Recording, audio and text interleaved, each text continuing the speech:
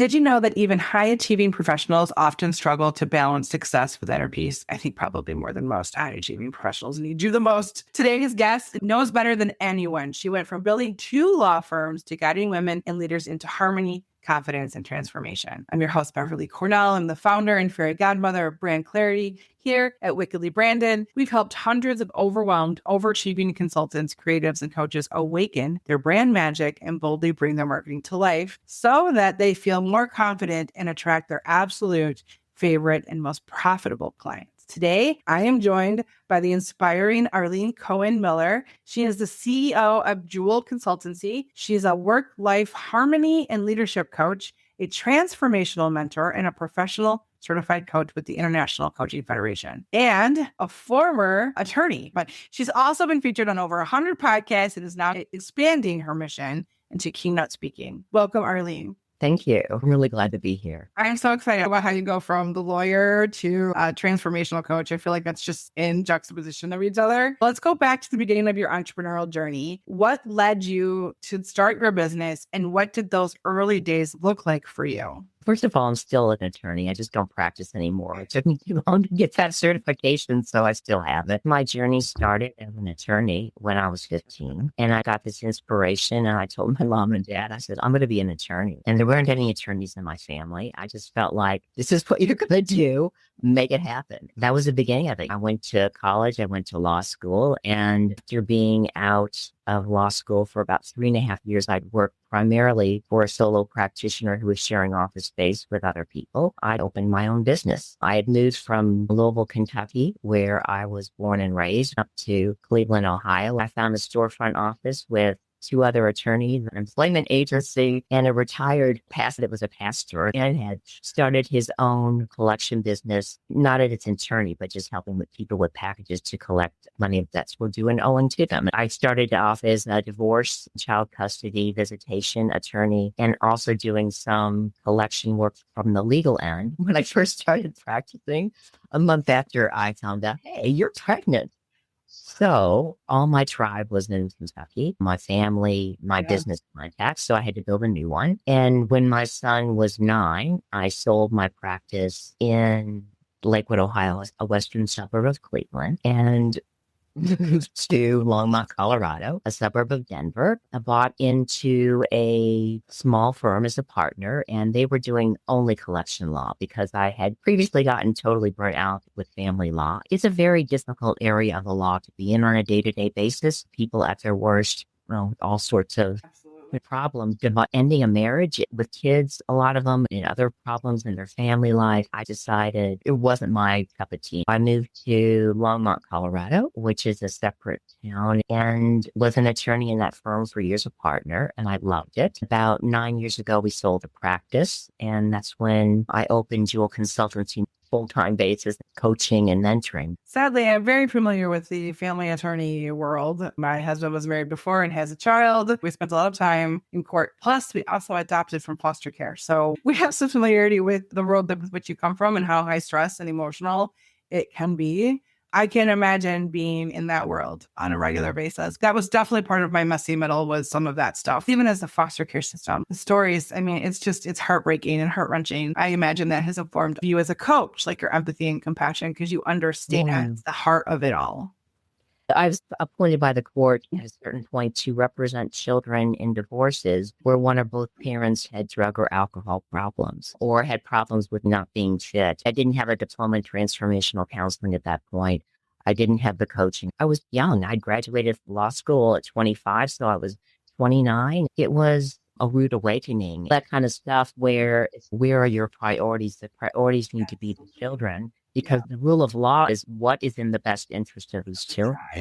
It was difficult. The foster care system is really designed for reunification. So they're trying to get them back to their homes.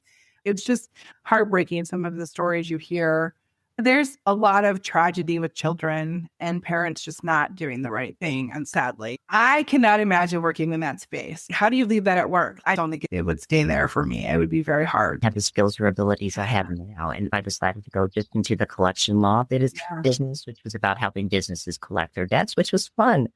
And sometimes you could work things out, or sometimes you just have to go after their assets. When I did stop, I must have gotten more requests to do anything to do with family law than I had like in the past year. Some people say that's the universe saying that you should do it. I'm like, no, this is the universe saying, are you sure? And I sent it to other attorneys, and it's the best thing that I did for myself. I think that's powerful because I said yes to a lot of things in my business that didn't serve me well initially. And I learned the power of no and boundaries. It is scary at first to say no, but once you know, you're very empowered and it's liberating to say no. So that process for you was no, I really don't want to do this. That only affirmed what you were believing in yourself and what was better for you to get you on this path. As you started this new business, attorneys exist as their own business. How is it different stepping out as a coach? And how did you build your brand as a coach? How was that transformation? What I've done is I've integrated the law and coaching. A lot of what I do with that serenity and calm assurance and helping people to work from the inside out. I've been on a spiritual path for a very long time, since my son was about 3 when I got divorced. He's developed some ADHD. I went on this journey to help him heal, and a lot of that informed the coaching practice and the mentoring that I do. Also, I love teaching and facilitating people to how to negotiate when you're really listening to other people and integrating the masculine and the feminine in a way that is not one side or the other. I found a way to bring all of my learning, all of my experience as an attorney into coaching, standing on my shoulders when it comes to creating that more serenity and transformation in your life. Coaching's more about you're the expert, and I'm walking alongside of you on how to build that serenity and peace in your life. My experiences as an attorney and my education as an attorney and a coach and a mentor, I've just brought it all forward to be a part of what I bring. So I don't believe in cutting off something. So how did you build your brand from that? Talk about how you developed your brand when you were first starting. My brand name, like it's a download as well, because it feels like the jewel and the diamond is there's all different sides of it, and they all are part of the whole. The coaching, the mentoring, the facilitating, the workshops all come together. The name Jewel Consultancy, and I'm like, okay, that's my name, but just went with what felt right. I think it's a work in progress because just like coaching, it's an ongoing development of the work. Marketing's never really done either. You are evolving as an entrepreneur all the time. So it should never really be done. It should be a work in progress all the time. Talk about your niche. What kind of transformation do you give them? And give me a story that you really connected to, that you saw the transformation and saw the result. I work with professional executive women, but I also go into law firms where it's not just women. When I'm doing how to negotiate from the heart with executive presence, I also work with tech companies as well. It's not going to be just women. I do have spaces where it's just professional and executive women because I feel like I understand them. I got pregnant a month after I opened my first law firm. So the first year I got bigger and bigger. And then I had to figure out a way to run a business and be a mother. And that's another reason that I joined the Colorado Women's Bar Association. I'm the only grandmother there, but I do bring some wisdom to the situation that there is a way to make it all work out and stop being so hard on ourselves. I have so many amazing clients. One story that I really love is that I had a really high-end working mother. She wasn't at the top of the tier. She had to answer to some people, and she found herself reverting to old patterns and programs from childhood, being a little bit of a doormat and saying yes to everything, people pleaser, and never saying no. And then she would go home to her teenage daughters, and she would be a little bit bombastic. She was swinging from one place to the other, and neither one was healthy for her. She didn't see how her behavior was affecting her daughters or how being that subservient. And in the end, she just became more confident and self-assured and willing to say, look, my plate is full. I'm happy to be the go-to person, but we need to find someone else to take this specific thing. Not saying no in a way that is, I just don't want to do that, is finding a way to delegate more to other people and her to supervise and give that responsibility for people that were behind her in the company that could handle it just as well. She wasn't a bad mother, but there was a certain element of holding on to control. It was just really a pleasure to watch herself. It was like a flower blooming. So many of us that are high performing overachievers, like myself, the sense of control or the sense of people pleasing, all those things resonate deeply in my world. I have a coach and I also have a therapist, and I want to work through all the problems. Like, I want to have really good goals for work and develop myself as a leader. Check back in as coaches, but that doesn't mean people always do what they say they're going to do. It is an interesting thing to be a coach, and there's a lot of different realms to it. So I wasn't saying that I wasn't trying to hold my clients accountable, but they have to want to be held accountable. And it's also best, from my perspective, if they find a person, a group, or something that they put into place for them. So I'm not their accountability buddy. What comes to mind when you're talking is the iceberg, right? There's like the 10% above and there's the 90% below. And we might think it's this, but really it's 10 layers deeper. So there might be all kinds of things that are happening underneath, which I think coaches and therapists are great to help you dig in and get to the root of some of the issues if you're willing to do the work. You cannot pull anybody across the finish line. It is very rewarding. As we learn and grow as coaches, we learn how to encourage that out from the clients. It is a great way to help clients to go deeper. What practices have you used at shifts for you that helped you embody the exact transformation that you offer in your business? Tremendously. I found a group about 22 years ago that I just loved, and it's like a mentoring group.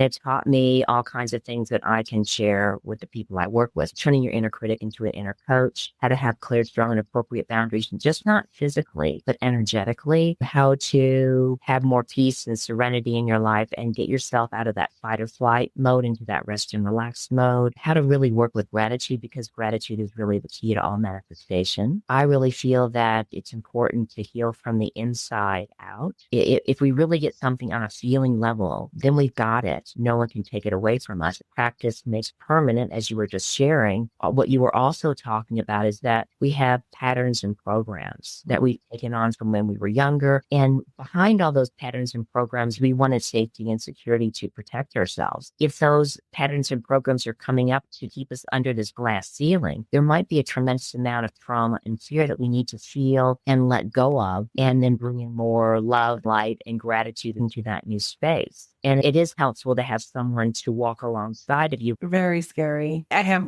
quite a bit of trauma from my youth, and it has certainly informed my high performance stuff, the perfectionism, the people pleasing. To me, I was like, I know this is not what my life should look like. And the one thing that I realized was when I was alone before I got married and had kids, I had done some work and I was in a really great place and I was feeling very balanced. I got married and all of a sudden you have children who are also a mirror to some of your stuff. That I feel so many of my clients, so many women specifically, the container with which we live in has been built by men, and it's like more aggressive. I think a lot of you said the masculinity and the femininity, this more aggressive style of business versus and like very structured 9 to 5. I've been seeing this a lot lately, Arlene, is that I need a wife to support me the way I've supported my husband. If I had that, how much further I would be. The container with which society is created for us invariably causes us to have new challenges in this generation. When you go up against society and you go up against patriarchy, it's not little, it's a lot.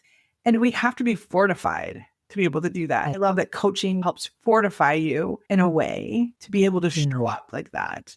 I feel like I was born angry. I used to wear these very feminist t-shirts, and I've come to a place now that my vision is men and women walking hand in hand as equals. Some of the masculine qualities have been really emphasized with the men.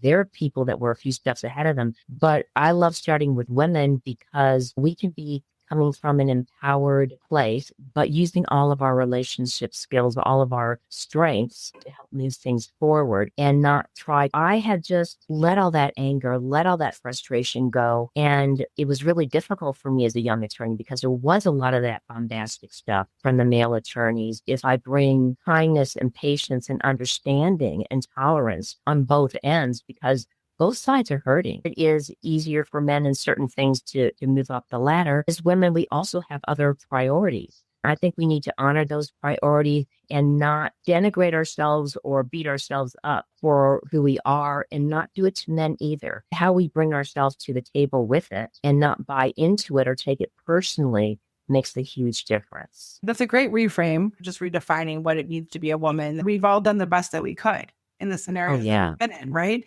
And so what society has created for us, it's about giving ourselves permission to be more authentic to what feels good for us and not feel like carrying a should suitcase, to put the should suitcase down and just what feels more in alignment for you. And it may not be what has been created in the past. Think of what actually work-life balance, hustle culture, I feel is very dangerous. I feel like my work should be in balance with my life. And so I really try to construct my work to create more balance in my life. And because I'm an entrepreneur, I have that ability to do that. Not everyone has that ability. I focus on harmony because I started off with work-life balance because that's what everyone used, but it feels like the scales of justice and we're never in balance. We just need to be flexible and adaptive, especially as women with what's going on in our life in the moment. If you have younger kids versus the kid that's at college, it's a totally different scenario of how you can use your time. And so the flexibility and adaptability, and I guess the point of sharing that is that women tend to carry a lot of guilt and shame and stress for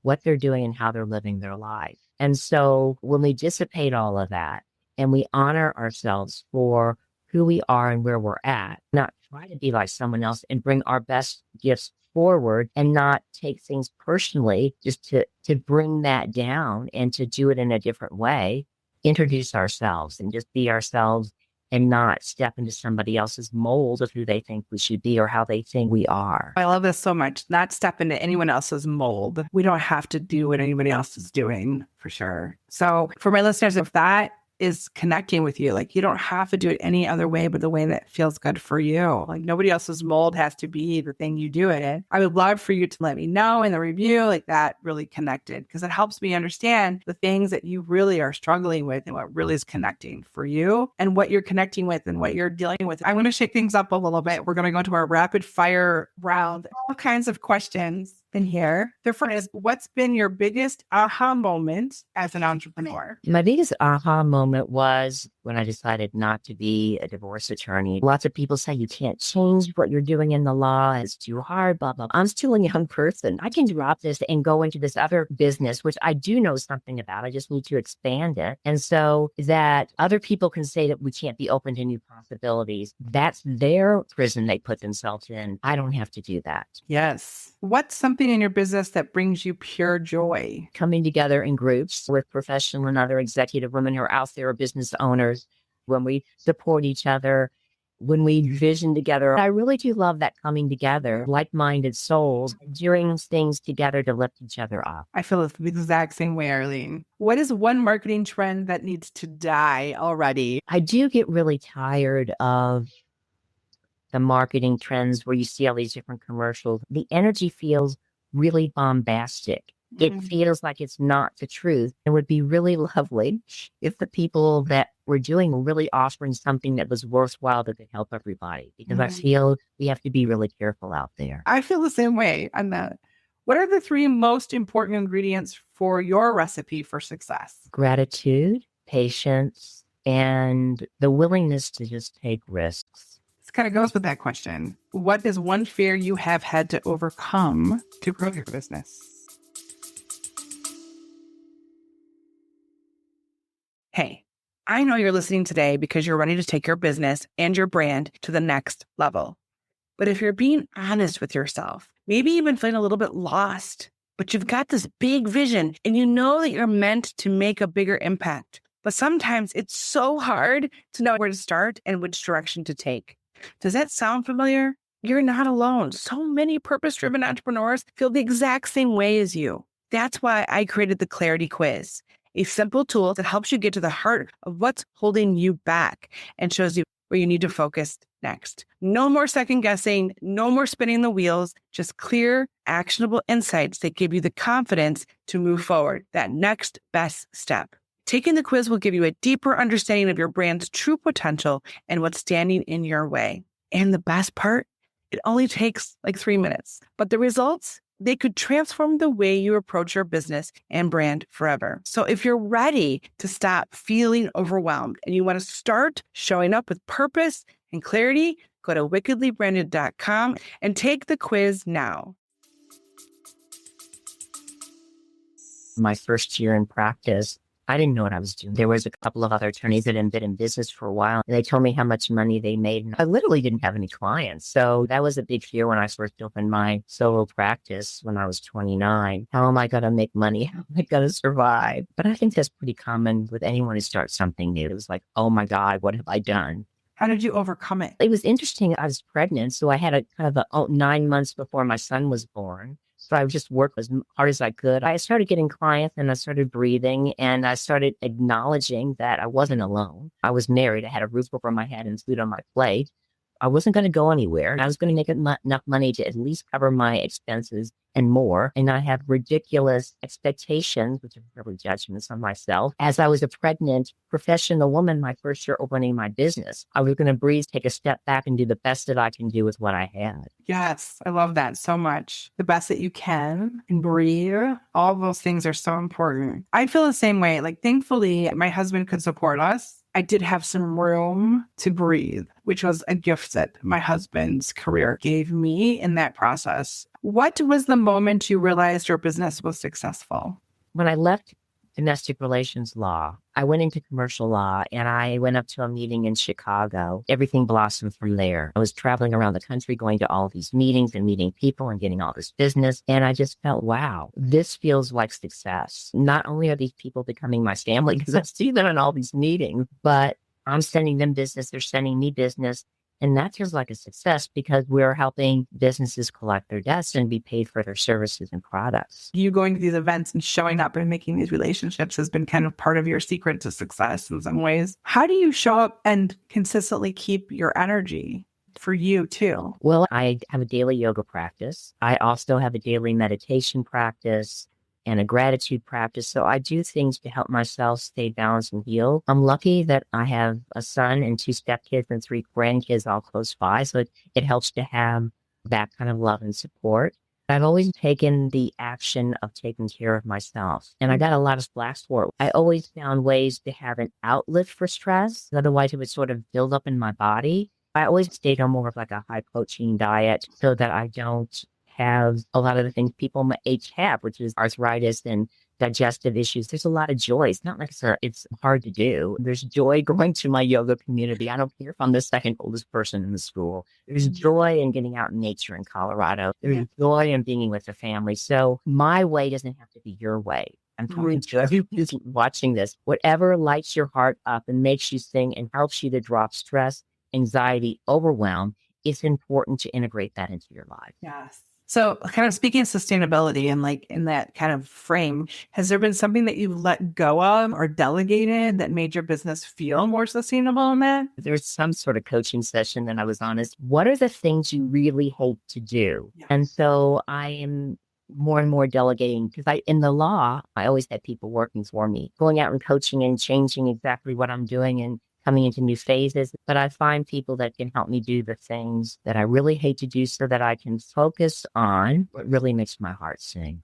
More joy, more of the things. We call them the drivers and the drainers. What drives your passion and what drains your soul? What are those things? And how do you either automate them, systemize them, offload them, or delegate them to a vendor, or even just get rid of them? Do you really need to do that thing that you're stressing out about? Is it close enough to the money to make you have to do it? Because I all just get in the habit of doing these things that drive them crazy for whatever reason. I don't know why we do that to ourselves, but we do it. Okay, the next session includes my magic wand. It helps us travel back in time and forward in time. When I wave my wand, we're going to go back to 18-year-old Arlene. And we're going to ask her, what is one piece of advice that you would give her that you wish she had known, but you know now? I had urgency. I had a lot more urgency about making good grades and being able to get into law school. I also had urgency about being in a relationship. I would have said, look, yes, you want to do your best in school so that you can get in law school, but it doesn't have to encompass your whole life. And maybe you need to step back and breathe and travel and do some fun things in there, that you have an opportunity to experience more of life and not rush into anything when it comes to relationships. That's really good advice. What would Arlene say about you today? What would she say about you? How you've evolved, where you're at now? It's like, how did you get so old? No. I remember looking at my step-grandmother died when I was 54, and my grandfather, my father's father, remarried right away. And I remember her saying something to me, when you get older, And I was like 10 at the time. And what came out of my mouth that shouldn't have was like, I am never going to be that old. Well, there you go. What would she say about me?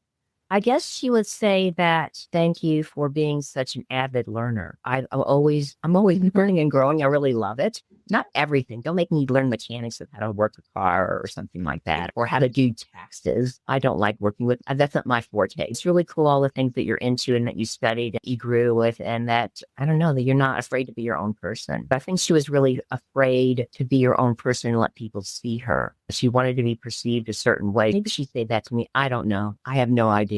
But Yeah. Okay, so I'm going to wave my wand and we're going to go into the future, far into the future, and we're going to be at your eulogy. What are people going to say about Arlene and the impact you've made in the world?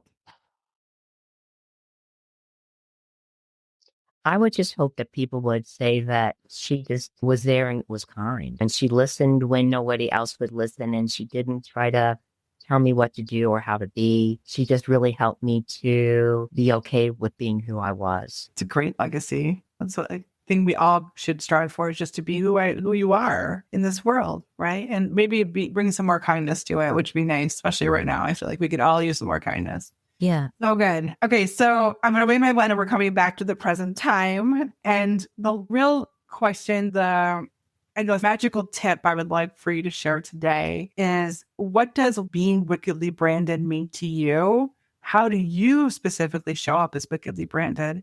And what's some advice for our listeners to be more wickedly branded? Well, wickedly branded feels like it has that magic fairy dust. It's not evil. It's like, whoa, baby, look at this. I think we can all do that in our own unique way. Some people are much more, I call myself a closet introvert. I can go out there and do all that stuff with the world, but I really like my privacy and quiet time too. So I really feel that whatever our brand is, whatever our wickedly branded brand is, that it has to be from the heart, something that really resonates with us, so that we can like look at our website, love that branding, and then that sort of goes out into the world. What is a tip for people for our listeners to be more wickedly branded in the coaching world? What is a tip that kind of relates to that? How can they show up more wickedly branded? I think just giving ourselves permission to be who we are. We'll bring in that kindness, patience, and tolerance when we're dealing with ourselves and others. But it's okay to step out and be who we uniquely are. We don't necessarily have to say it to the world, but instead of being all contracted, we hold like a big judgment speak, free space of gratitude or love or whatever sacred quality you want, and just be okay to take up that space and be ourselves. Yes, yes.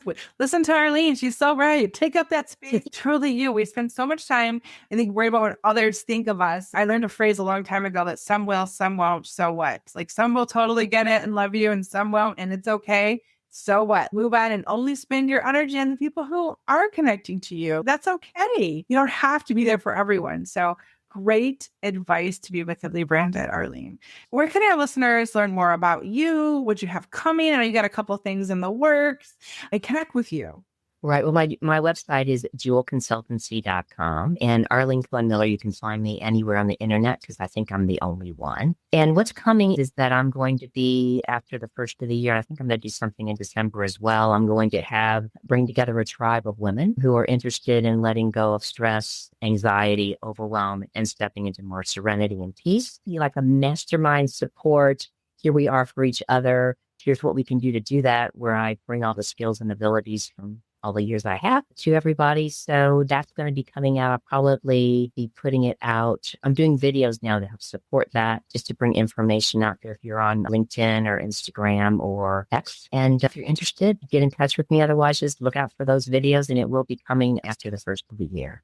Oh, thank you so much, Arlene, for joining us today. I really appreciate it. Thank you for having me. To my listeners, this has been such a good conversation to remind us to be more in gratitude, to be more calm, to be more accepting of ourselves, and that maybe you need a little help in doing some of that stuff. So I hope that today's episode has lit a little bit of a fire underneath you, gave you some new ideas, maybe just inspired you to take some small action forward, because here's what's so important. Your message matters, your work matters, and the world needs you. We want to hear what you have to say and how you want to impact the world. So marketing isn't just about visibility. It's about impact. It's about connecting with the right people.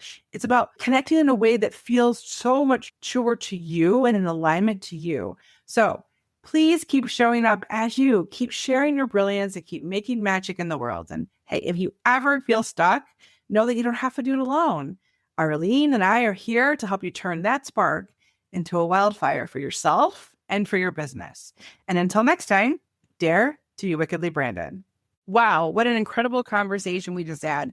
I hope that this episode lit a little bit of a fire under you to finally bring your brand to life in a way that feels true to you. Remember, clarity is the spark, but activation is that fire and flame that keeps your message and your visuals and your strategy aligned, and the confidence that follows. So does that lovely thing called momentum that you've been waiting for. So if today's episode, if you loved it, make sure you are subscribed to the Wickedly Branded Marketing Podcast so you never miss an insight or a conversation. Until next time, dare to be wickedly branded.